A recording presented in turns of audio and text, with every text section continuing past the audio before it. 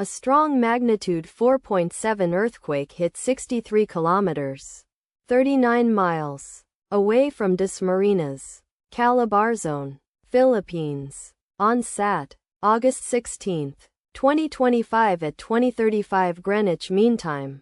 The quake had a moderate depth of 160 kilometers, 100 miles, and was reported felt by some people near the epicenter.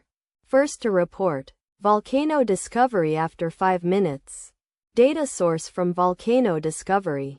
Did you feel it? Let us pray. May the earthquake that occurred not affect our brothers and sisters there. May the earthquake not happen again. And may God protect everyone. Amen.